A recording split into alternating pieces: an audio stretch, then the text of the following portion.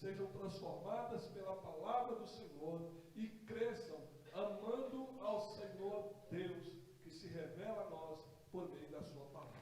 Esta, ó Deus, é a oração que nós fazemos em nome de Jesus e para a glória de Jesus. Amém e amém, Senhor Deus. Amém? Amém. Deus abençoe as nossas crianças. Obrigado, pastor. Zacarias capítulo 7, meus irmãos. Se puder dar um pouquinho de retorno só para mim aqui, já, para não ficar gritando, né? Todos encontraram Zacarias capítulo 7? Vamos fazer uma leitura com atenção. É um texto, acho que dá para baixar um pouquinho. Ficou um pouco alto, aí tá bom. Tá bom. Aí os irmãos vão ouvindo conforme for pregando, se tiver alto vocês diminuem, né? Vão regulando aí. Zacarias capítulo 7 diz assim, verso 1 a seguir.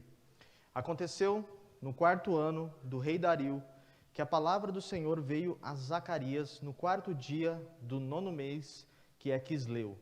Quando o povo enviou Sarezer e Regem-Meleque e os seus homens à casa de Deus para suplicarem o favor do Senhor.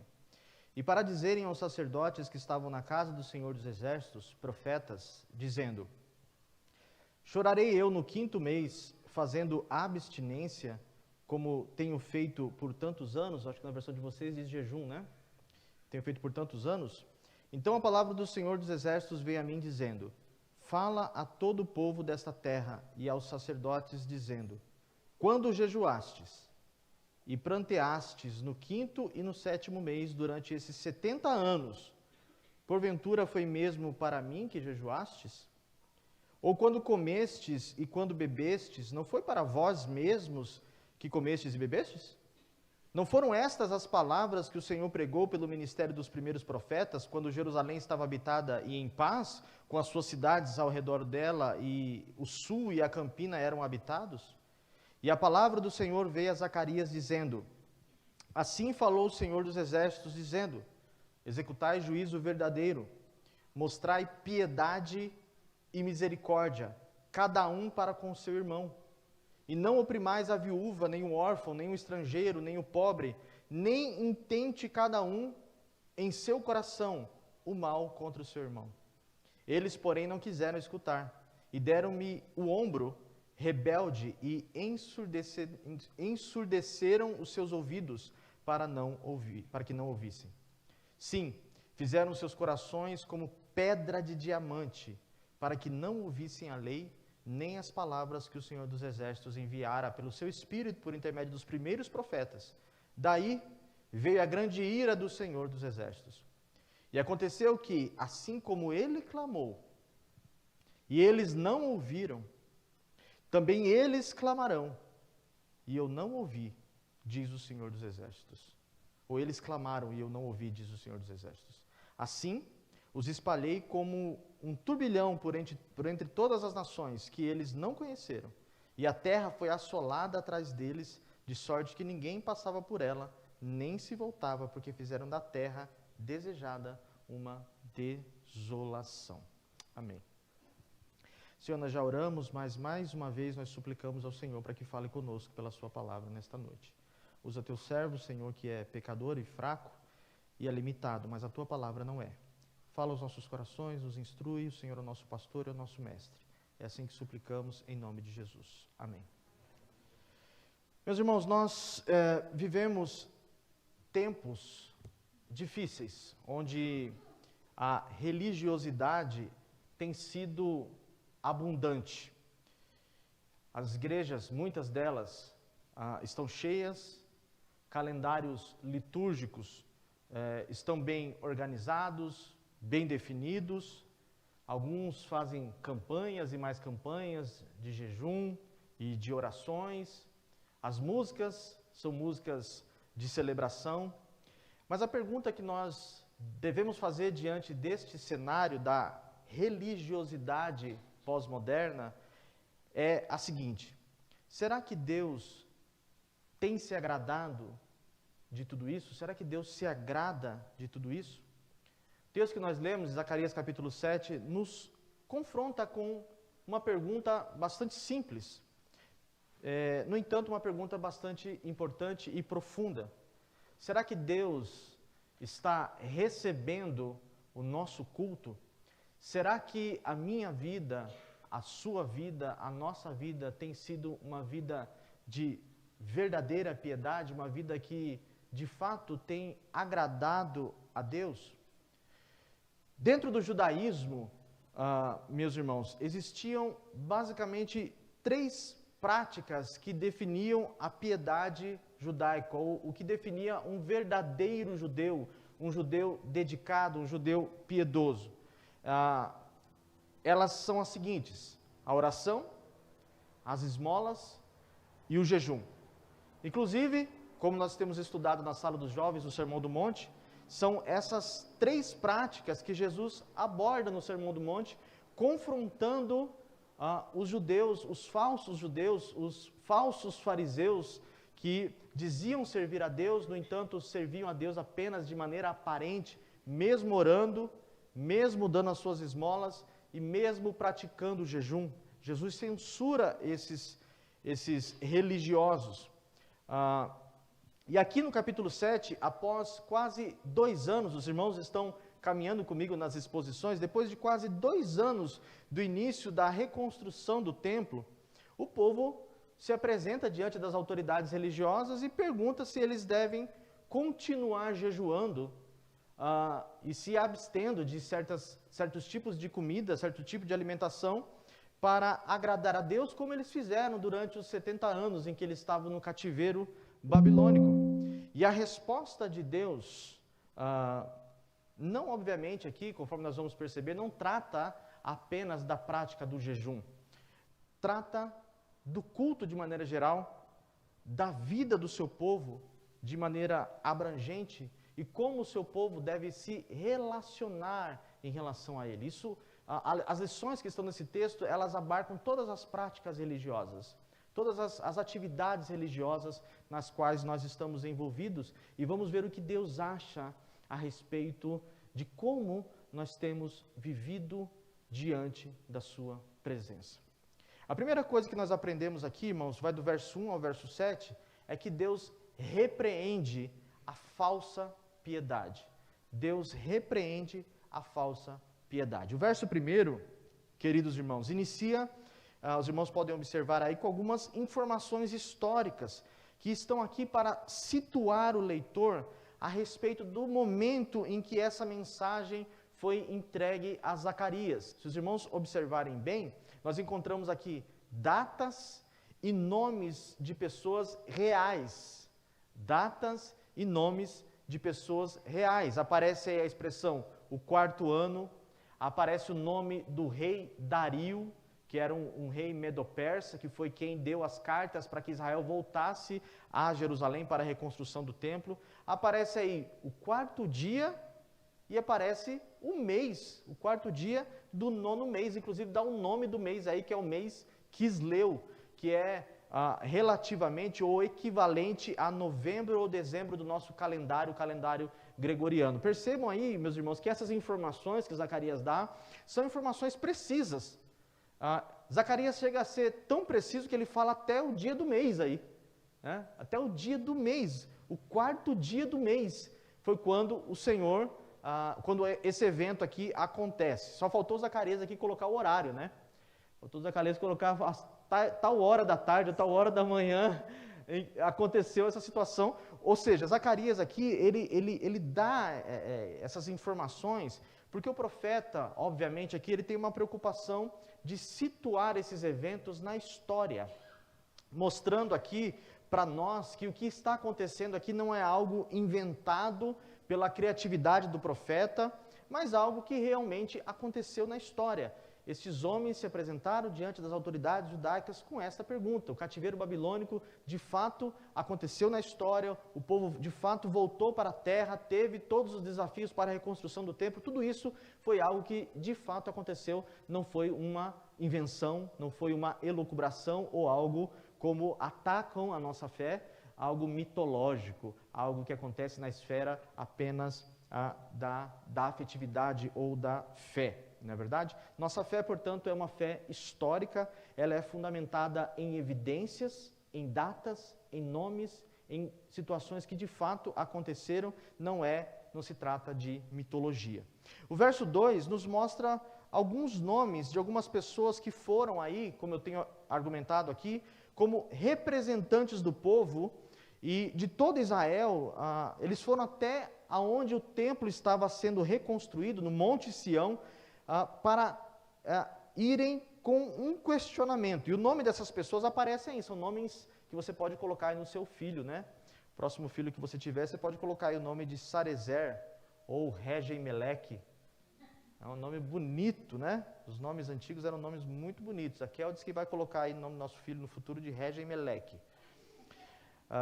Nada se sabe a respeito de quem são essas pessoas, quem são esses personagens. O texto não fala quem são eles, mas eles pareciam ser pessoas importantes daquela época, né?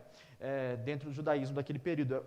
Possivelmente eram pessoas que representavam as autoridades judaicas. E o verso 3, meus irmãos, mostra aí, então, um outro objetivo desses homens ao irem até o templo. Eles não foram apenas para adorar, eles não foram apenas para cultuar. Eles foram até os sacerdotes e até os profetas que estavam lá com uma pergunta. E a pergunta está aí no verso 3.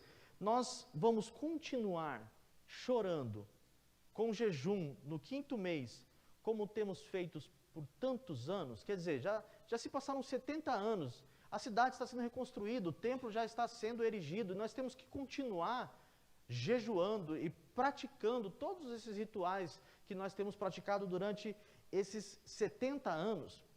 Antes de entrar na resposta de Zacarias, precisamos, na verdade, entender a razão dessa pergunta aqui. Essa lamentação que eles estão descrevendo aqui, apresentando diante dos sacerdotes e dos profetas, uma lamentação no 5º mês, marcava exatamente a ocasião da destruição do templo de Salomão, das casas e dos muros de Jerusalém, conforme está registrado lá em 2 Reis, capítulo 25, do verso 8 ao verso 10. Então, eles costumavam jejuar exatamente no 5º mês, no 4º dia, porque foi nesse dia, nesse mês, que Nabucodonosor invadiu a cidade de Jerusalém e obliterou, destruiu a cidade, trouxe vergonha para Israel, e os irmãos já conhecem a história. Então, diante disso, eles passaram a jejuar como lamento, lembrando dos horrores daquele dia. Era uma data que marcou a trajetória e a história da nação de Israel. Não se tratava aqui, nesse caso, é importante destacar, de uma prática religiosa que havia sido determinada ou orientada por Deus, por intermédio da sua lei. Não há aqui, irmãos, exigência nenhuma na lei de Moisés para que Israel passasse a praticar esses ritos judaicos, esses ritos que estão sendo descritos aqui, como uma obrigação. Eles começaram a fazer isso apenas como um memorial de tristeza e de lamento pelo que havia acontecido. De qualquer maneira, era algo importante para eles, né? Essa situação aconteceu em decorrência das invasões que Nabucodonosor, das incursões que Nabucodonosor fez dentro das terras de Israel, e não, portanto, de uma exigência da lei de Moisés. Então, o bloquinho maior aí do verso 4 ao verso 7 vai trazer a resposta, e aqui, aperta o cinto de segurança, viu? Aperta o cinto de segurança. Vem a resposta do profeta para a pergunta sincera, ou talvez não, desses homens que foram diante dos sacerdotes e do profeta. E a resposta, obviamente, não é nada agradável.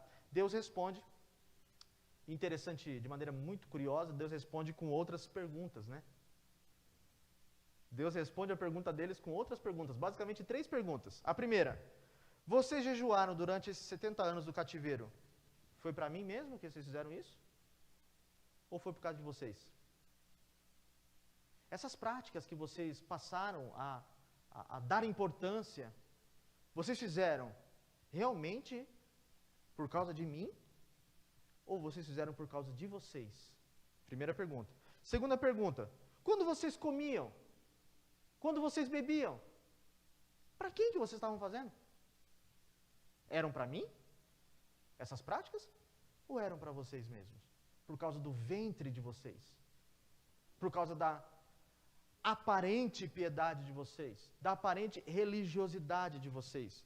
Terceiro, e por que vocês estão vindo com essa pergunta agora? Quando, na verdade, isso já havia sido anunciado pelos profetas quando vocês ainda estavam em paz na terra. O que Deus está dizendo com a terceira pergunta é: por que agora vocês estão preocupados com isso? Eu levantei tantos profetas por anos e anos e clamavam vestidos de pano de saco e cinzas, e choravam, e gritavam, e pregavam em alta voz nas praças, e vocês nunca deram ouvidos. Por que agora vocês estão preocupados, ou tão preocupados, com uma prática religiosa que vocês fazem por egoísmo e que eu nunca pedi para vocês fazerem? São duras as respostas de Deus. E quando eu li essa resposta de Deus, eu tenho que confessar para os irmãos, o meu coração tremeu. Tremeu. Meus irmãos, deixe-me contextualizar aqui, nós estamos vivendo tempos difíceis e, lamentavelmente, nós estamos cegos para isso. A vida religiosa, a minha, a sua, a nossa, ela tem se tornado, lamentavelmente, um recurso de satisfação pessoal. A religião tem sido vista de maneira ontológica como algo passivo. Se você vai evangelizar alguém, nós fizemos isso hoje pela manhã, normalmente quando se trata de falar de Deus para alguém, as pessoas sempre dizem: de fato, eu preciso de Deus, mas não porque elas precisam se arrepender dos seus pecados, mas porque de alguma maneira elas entendem que Deus deve suprir as suas necessidades. De alguma maneira foi ensinada para essa geração de que Deus deve aliviar as nossas dores, os nossos sofrimentos, curar as nossas enfermidades, resolver os nossos problemas de relacionamento, os nossos problemas dentro do nosso lar, os nossos problemas no trabalho, os nossos problemas financeiros. A religião se tornou e está sendo substituída pelos favores e pelos benefícios que Deus pode proporcionar às pessoas. As pessoas procuram igrejas nas quais elas se sintam mais confortáveis. Uma igreja que tenha um bom estacionamento para o seu carro do ano. Uma igreja que tenha um banheiro limpo, 1 ou 2 ou 3 banheiros para que você não tenha que enfrentar fila, né? Não que seja o nosso caso aqui, qualquer semelhança é mera coincidência, mas igrejas que tenham banheiros limpos, cheirosos, ou vários banheiros. Lugares em que as mensagens sejam confortáveis e que as pessoas tenham bancos confortáveis, ar-condicionado, música boa, enfim, elas querem se sentir bem. As pessoas buscam a religião porque elas querem favores. Campanhas são feitas para que, de alguma maneira, pessoas egoístas sejam, no fundo, beneficiadas com bens materiais, vitória financeira e sucesso nesse mundo caído. O que as pessoas querem, na verdade, meus irmãos, sinônimo de bênção de Deus para muitas pessoas, é dinheiro hoje em dia. E olha que eu sou de uma geração passada, mas eu me lembro como se fosse hoje, de um culto que eu participei em que foi dado oportunidade de testemunho para as pessoas. E, eu não sei se eu já contei isso, né, porque a gente costuma repetir história, né, pastor? Mas deram oportunidade para o irmão, um pastor antigo, um senhorzinho, já estava jubilado. Ele subiu no púlpito para contar um pouquinho da história dele como pregador do evangelho. E ele foi lá no púlpito e falou: irmãos, a minha bênção que eu quero contar para os irmãos é que até aqui Deus tem me mantido fiel. Eu tenho pregado e eu vi muita gente se converter, vi muita gente se arrepender, vi o Senhor fazer grandes maravilhas. E quando ele falava isso, a igreja estava em silêncio. Quando esse irmão terminou de falar, esse pastor, ele desceu do púlpito, deram a oportunidade para um outro irmão. E pasmem, né, vai virar figurinha isso, pasmem os irmãos. Pasmem os irmãos. Esse rapaz foi no púlpito e contou uma bênção que Deus deu para ele. Apareceu, naquela época, R$1.000 na conta dele. R$1.000. E ele contou aquilo como uma bênção. Irmãos, quando ele falou que apareceu R$1.000 na conta dele de maneira miraculosa, a igreja explodiu em louvor entre aspas, né? E glorificação a Deus. Eu, novo convertido na época, já fiquei assustado com aquilo. Eu falei, como assim? Algo errado não está certo. Por que a igreja se alegra quando um irmão, que a gente nem sabe como isso aconteceu, ele nem ligou para o banco para perguntar o que aconteceu, se houve um erro, ele simplesmente recebeu a bênção e conta para a igreja, e todo mundo se alegra por aquilo que poderia ser inclusive uma fraude, um erro. E quando anteriormente alguém conta coisas que realmente condizem com as preocupações de Deus, a igreja não se alegra, a igreja não se preocupa. Porque desde aquela época, que não é muito distante, diga-se de passagem, as pessoas já estão, lamentavelmente, buscando a Deus pelos seus favores, pelos seus benefícios. E se nós, irmãos, olha aqui para a minha gravata, hoje eu vim de gravata. Se você está aqui, se nós estamos aqui, buscando a Deus, apenas pelo que Deus pode nos dar, nós ainda não entendemos o Evangelho. Quando as pessoas não buscam a Deus pelos bens materiais, elas resumem o cristianismo delas, ou a religião delas, a finalidades terapêuticas. O Senhor Jesus se tornou um psicólogo agora. As pessoas querem se sentir bem, não importa a condição do seu coração. Não sabem lidar com a culpa, como nós temos ouvido aqui, domingo após domingo. Ou ao menos se preocuparem com a sua santidade em relação a Deus. Elas simplesmente querem se sentir bem. Elas querem euforia. Elas querem a atmosfera do bem-estar, as luzes mais baixas. Estão em busca do famoso culto inesquecível. Que culto! Irmão, que culto! Talvez você já tenha ouvido alguém orar assim, Senhor, dá-nos um culto abençoado. Essa oração é uma oração diabólica. Pedir a Deus que te dê um culto abençoado.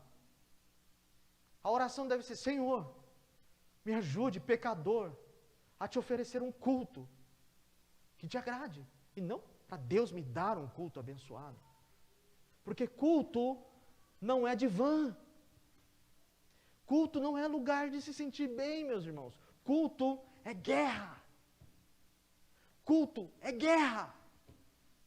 Culto é hora de ouvir Deus repreender a nossa hipocrisia, a nossa religiosidade aparente, que pode sim enganar a todo mundo. Mas sentir as flechas da graça de Deus transpassar o nosso pobre pecador, coração pecador, quando Deus nos transpassa com a sua palavra, nos trazendo vergonha, nos trazendo tristeza. Culto não é lugar de se sentir bem, irmãos. Quem foi que colocou isso na sua cabeça?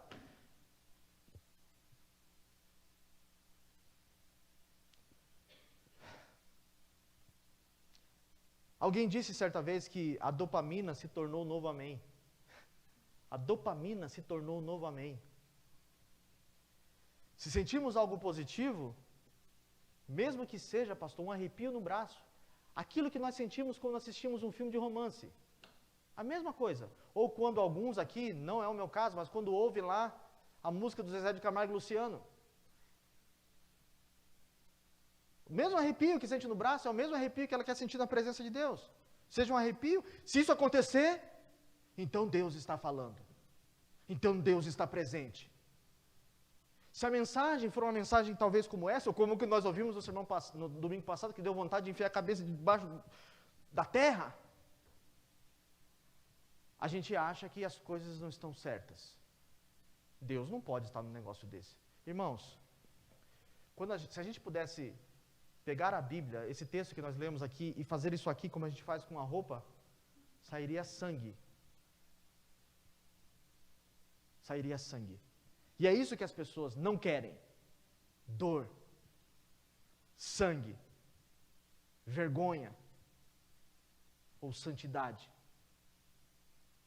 Isso eu não estou falando aqui me excluindo disso, irmãos. Essa é uma mensagem para todos nós, inclusive para quem está assistindo pela internet.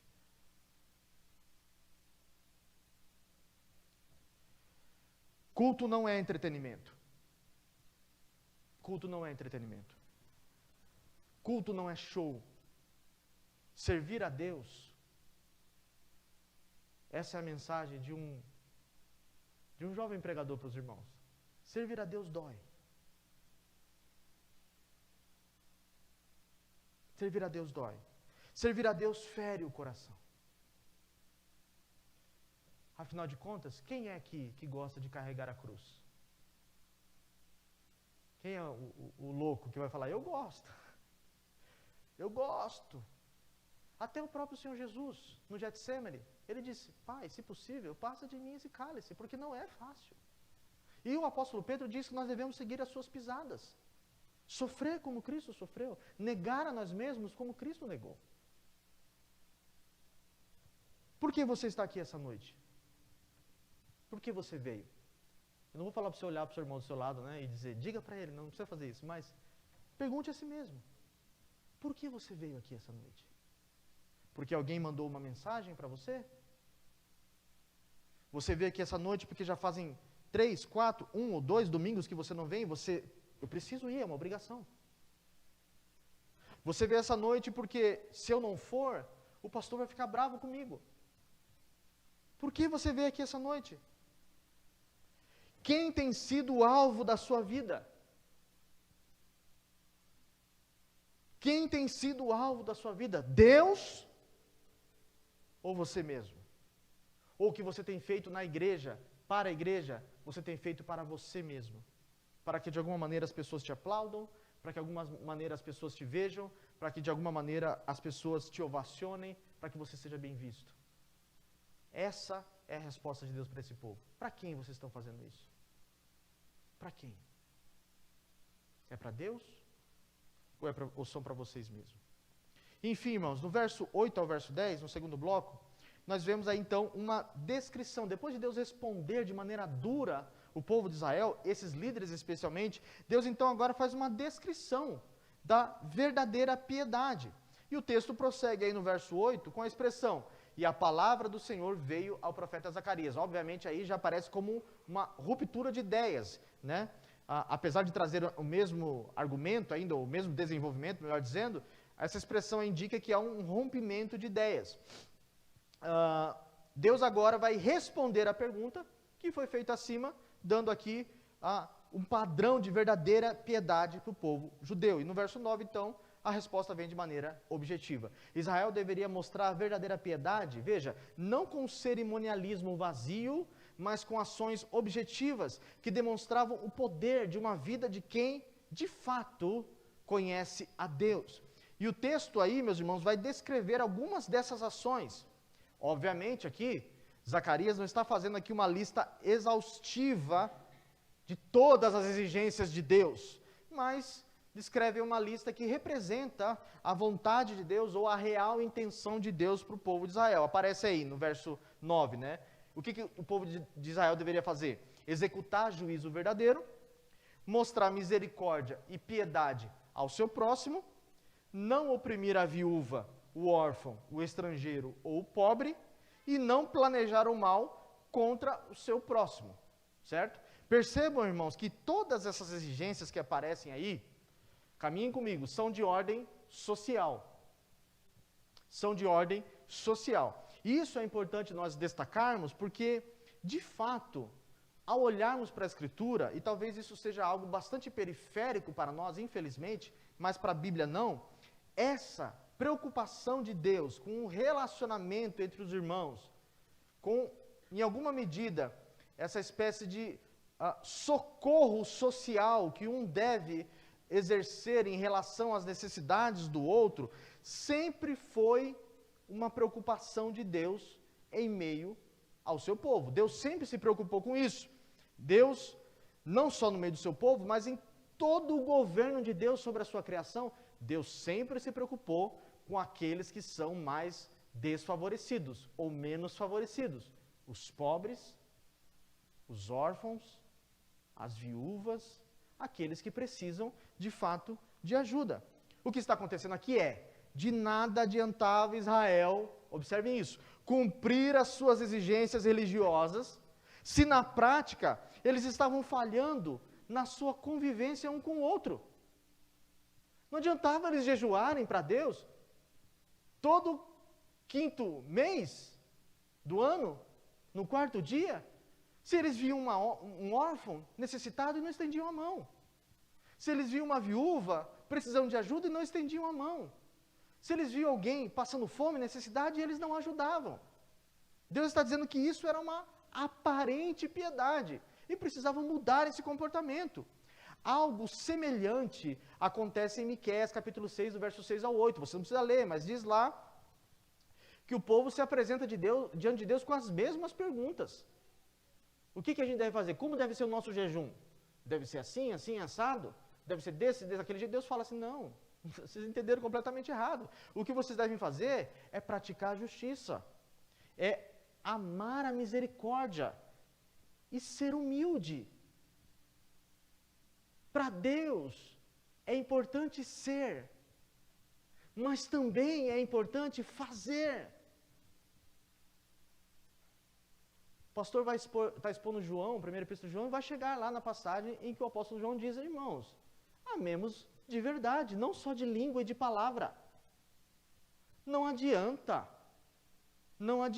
nem para Deus e nem para o seu próximo, nós dizermos as nossas palavras mais bonitas, as coisas mais suntuosas, né, pastor? As coisas mais belas, as palavras mais bem articuladas, extraídas, pensadas do dicionário, quando na verdade, na prática, a gente falha. O que Deus quer de nós então, pregador? O que Deus quer de mim nessa noite? Pare de falar. E faça. Vamos ler Isaías capítulo 58, meus irmãos. Abra sua Bíblia aí. Isaías capítulo 58.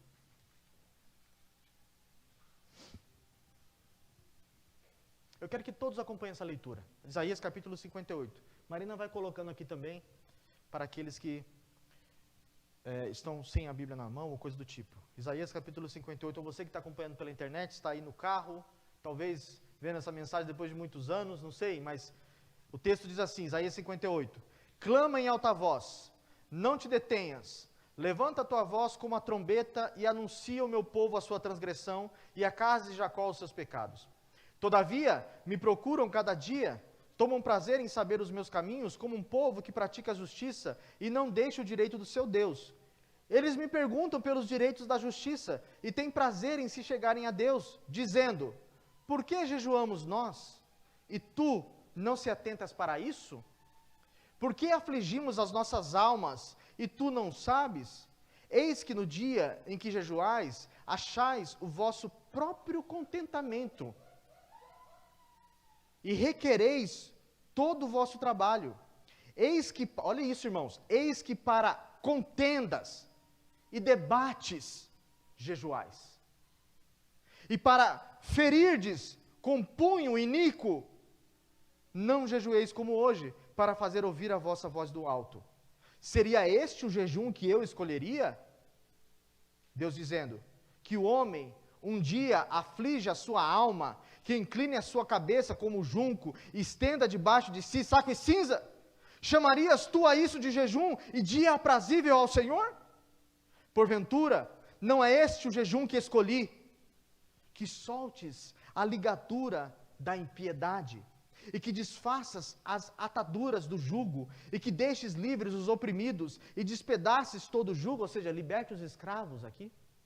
Porventura não é também que repartas o teu pão com o faminto, e recolhas em casa os pobres abandonados, e quando vires o nu, o cubras, e não te escondas da sua carne?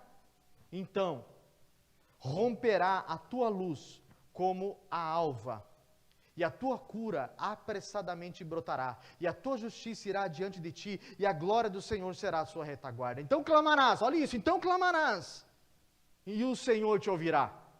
Gritarás, e Ele dirá, eis-me aqui. Se tirares do meio de ti o jugo, o estender o dedo, e o falar iniquamente. E se abrires a tua alma ao faminto e fartares a alma aflita, então a tua luz nascerá nas trevas, e a tua escuridão será como no meio-dia. E o Senhor te guiará continuamente, e fartará a tua alma em lugares áridos, e fortificará os seus ossos, e serás como um jardim regado, como um manancial, cujas águas nunca faltam. E os que de ti procederem edificarão as antigas ruínas, e levantarás os fundamentos de geração em geração, e chamar-te-ão reparador de roturas, e restaurador de veredas para morar. Se desviares o teu pé do sábado, de fazeres a tua vontade no meu santo dia, olha isso aqui, irmãos, de fazeres a tua vontade no meu santo dia,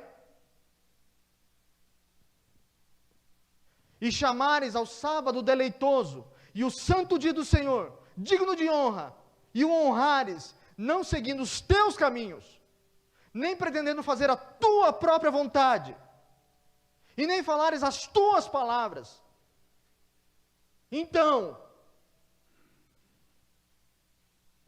te deleitarás no Senhor, e te farei cavalgar sobre as alturas da terra, e te sustentarei com a herança do teu pai Jacó, porque a boca do Senhor o disse.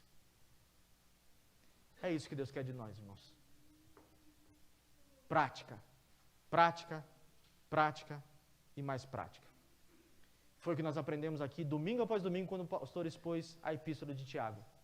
Prática, prática, prática e mais prática. E veja, quando nós falamos de necessitado, de alguém necessitado, a gente pensa assim, e a gente foi ensinado assim por conta de ideologias, marxismo cultural e tudo mais, o tempo não me permite falar sobre isso, mas a gente sempre acha que quando a gente vê alguém passando necessidade, a responsabilidade é do prefeito, é do presidente, é dos governadores, das autoridades civis, políticas. Eu reconheço que eles têm uma medida de responsabilidade nisso. No entanto, as Escrituras nos dizem que nós temos uma responsabilidade individual em dar assistência àquele que precisa. Irmãos, nós conseguimos vir para o culto. Quando eu falo nós, eu estou falando, não estou sendo juiz da sua consciência, estou falando na igreja do Senhor Jesus de maneira geral. Mas nós conseguimos entrar num templo, cultuar o Deus de Israel, derramar lágrimas e dizer que nós o amamos, que Ele é tudo para nós, e quando saímos nós vemos um morador de rua dormindo na porta da nossa igreja. E não fazemos nada. A Kel, quando conheceu a minha mãe contou umas histórias minhas para ela, umas histórias meio cabulosas, né? Que quando eu me converti, nos meus 17 anos, isso faz muito tempo, a gente pregava em algumas cruzadas relâmpagos na minha cidade, sermões de 20, 30 minutos, e as pessoas vinham pedindo oração, muita gente, e a gente se deparava com gente mal vestida, maltrapilha, que estava longe de casa há meses e anos. E sabe o que eu fazia? Eu morava com minha mãe na época, mas eu levava essas pessoas para casa. Minha mãe ficava brava. Menino, o que você está trazendo essas pessoas para cá? Maltrapilho, mal cheiroso. E eu levava o ser humano para o banheiro, dava banho, dava um barbeador, dava um dinheiro, entrava em contato com a família do fulano, tentava descobrir, dava o dinheiro da passagem e mandava a pessoa embora. O que vale mais para Deus? O que eu faço ou o que eu falo? Eu me lembro também de uma vez que eu fui para uma igreja, que eu congregava, também nessa mesma época, e no meio do caminho, pastor, irmãos, eu encontrei um rapaz maltrapilho no meio da rua. E ele falou para mim assim, eu não sei se eu já contei isso aqui, irmãos, mas enfim, ele falou, você tem um dinheiro para me dar? E eu, novo convertido, cheio, né? Sabe como é que é novo convertido, né? Cheio do poder. Eu quase falei isso para ele. Quase falei igual o apóstolo Pedro. Não tenho prata nem ouro, mas eu tenho Jesus Cristo, então levanta e anda. Ele nem era aleijado, né? Mas enfim, eu falei, olha, dinheiro eu não tenho. E eu não tinha mesmo. Até hoje eu não tenho. Mas eu falei para ele, eu tenho uma coisa que é muito preciosa. E mudou minha vida. Ele o quê? Vem que você vai ver. E dei um abraço nele. Eu só andava de terno na época, meu terno ficou todo bagunçado. Abracei, beijei ele. Aquela coisa. No meio do caminho, ele botou a mão no bolso, pegou uma faca e jogou no meio do mato. Eu nem sei porque eu estou falando isso, irmãos, mas Deus sabe. E aí ele falou assim, eu fiquei assustado quando ele jogou aquela faca. Eu falei, meu Deus. Ele falou, rapaz, eu ia te assaltar. Eu ia te assaltar. Mas eu vi a tua sinceridade em me ajudar. E eu sou desviado da igreja e quero voltar para Jesus. E eu chorei, falei, glória a Deus, vamos lá. Quando você chegar na minha igreja, o meu pastor vai estar lá, com os dentes colgates, os olhos brilhando como um anime, e vai dizer, vinde, benditos do meu Pai, vai todo mundo te receber bem lá, você vai ser bem tratado, como eu sou bem tratado lá. E ele ficou todo animado. E eu sempre chegava muito cedo na igreja, ele chegou, eu botei ele sentadinho na igreja e falei, fica quietinho aí. Eu tenho que ligar os instrumentos, afinar os instrumentos, vou tocar lá, mas daqui a pouco vai começar o culto. Quando eu terminar o culto, eu vou chamar o meu pastor. E os diáconos da igreja, todo mundo vai pegar uma cesta básica, a gente vai dar um jeito de ajudar você, a gente vai resolver o teu problema. E ele falou, nossa, graças a Deus, obrigado. Irmãos, eu dobrei o meu joelho para orar. E as pessoas foram chegando na igreja, era uma igreja grande, as pessoas foram chegando. De repente eu comecei a ouvir um burburinho no final da igreja. Quando eu levantei da oração, preocupado com o que estava acontecendo, pasmem os irmãos.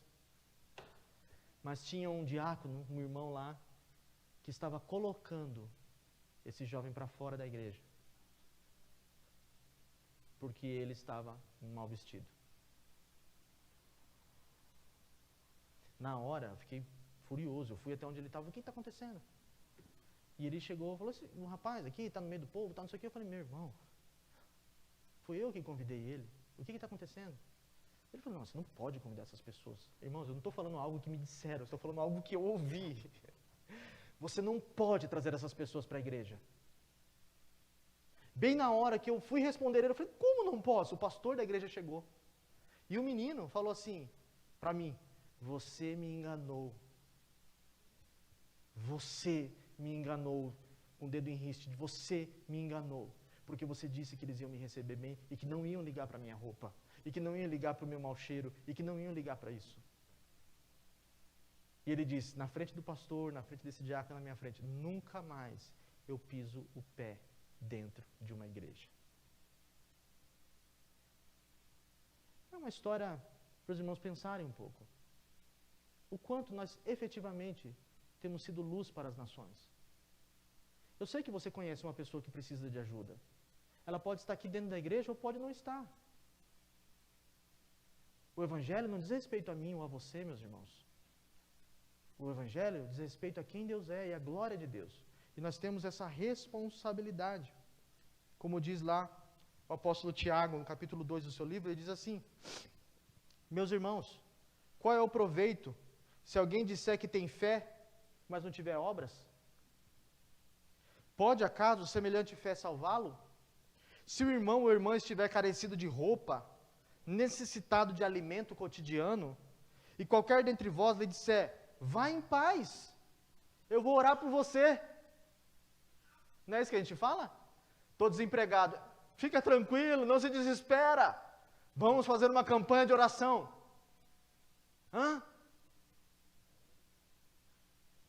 Ide em paz, aquecei-vos e fartai-vos, sem contudo lhe dar o necessário para o corpo. Qual é o proveito disso? Assim também a fé, se não tiver obras, é morta. O capitalismo, e isso não é uma crítica à ideologia, mas o capitalismo em alguma medida envenena os nossos corações. Cada um por si e Deus por todos. Mas irmãos, para concluir esse bloco e para a gente terminar o sermão, o meu Deus, o Deus desse texto aqui, é um Deus que vinga o órfão, a viúva e o necessitado. Deus sim, não o Chapolin, né? É o protetor dos fracos e comprimidos, né? Dos fracos e oprimidos. Quase que eu falo de novo. Deus é quem protege essas pessoas, porque não tem ninguém que as proteja. Não tem ninguém que as proteja. E Deus vai protegê-las. No dia do juízo, Deus vai protegê-las. Há muito mais a se falar sobre isso, mas deixe-me concluir. Dos versos 11 ao verso 14, então o Senhor disciplina o povo. Verso 11 aí, capítulo 7 de Zacarias. vem a descrição de como o povo reagiu às repreensões. Eu já vou terminar, irmãos. Repreensões de Deus antes do cativeiro. O texto diz que eles não ouviram, eles deram de ombros, não é isso? Deus repreendeu eles e eles fizeram assim, ó. Eles deram de ombros, eles não se importaram com o que Deus havia falado. E o verso 12 dá informações ainda mais pesadas. Eles endureceram o seu coração como diamante. Deus falava e eles endureciam ainda mais o coração. Irmãos, isso é sério. Eles endureciam o seu coração como diamante. Eles foram obstinados, orgulhosos, arrogantes diante das repreensões contundentes que Deus havia feito durante anos para eles. Quantas vezes nós não somos assim, irmãos? Deus fala e nós endurecemos os nossos corações. Os versos 13 e 14 descrevem a maneira como Deus disciplina Israel. E aqui eu quero que os irmãos se atentem. Eu quero pedir a paciência dos irmãos mais um minutinho.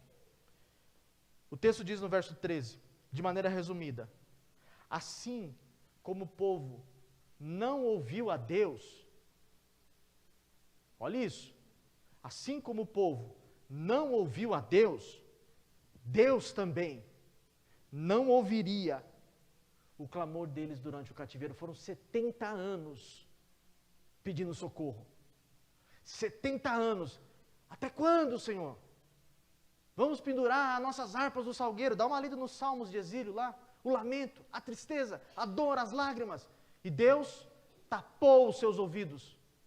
Porque nós não ouvimos a Deus. E por isso, o segundo castigo, Deus espalhou eles entre as nações. Está falando aí do cativeiro. E esse é o método, esse é o modus operandi pelo qual Deus nos disciplina, irmãos. Isso está diluído em toda a Escritura. Eu poderia pregar mais uma hora de sermão aqui só falando sobre isso. Mas está diluído em toda a Escritura. Não só no nosso trato com Ele, mas no nosso trato uns com os outros também. Se você não ouve, olha aqui para mim, se você não ouve, você não será ouvido.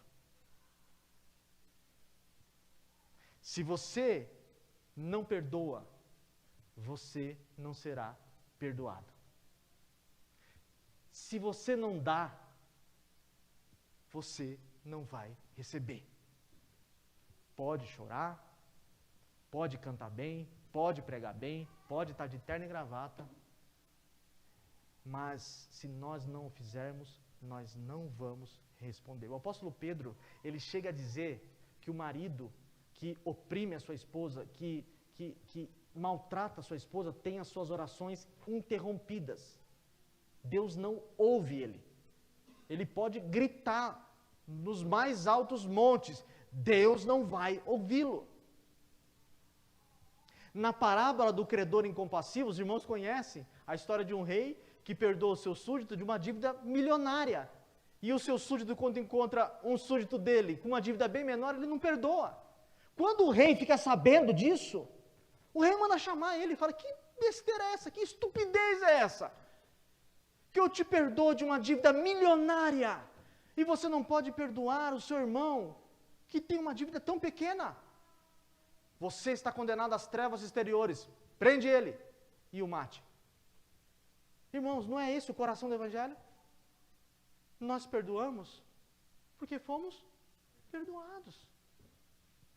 Se eu não consigo perdoar, como eu posso esperar que Deus me perdoe? Se eu não posso perdoar, se eu não posso ouvir, se eu não posso compreender, como eu posso esperar que vocês façam isso comigo? No Evangelho, as coisas não funcionam assim. E Jesus, nós temos estudado o Pai Nosso, Jesus nos ensina no Pai Nosso: Pai, perdoa as nossas dívidas. O que diz o resto? Assim como nós perdoamos os nossos devedores. Se nós não perdoamos os nossos devedores, nós também não seremos perdoados por Deus. Conclusão, meus irmãos.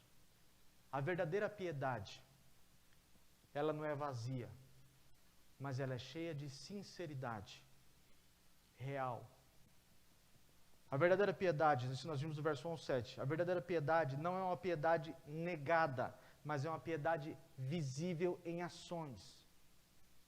Ela é sincera e ela é demonstrada em ações. Em terceiro, ela não é condenada, mas ela é também aprovada por Deus.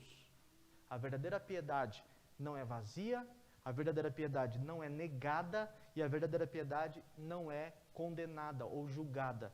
Ela é aprovada por Deus. Que a nossa vida, nosso culto, seja uma expressão de uma vida piedosa e que essa piedade não seja do coração apenas, mas seja visível na justiça, no amor e principalmente na obediência à palavra de Deus. Que Deus nos ajude em nome de Jesus. Amém.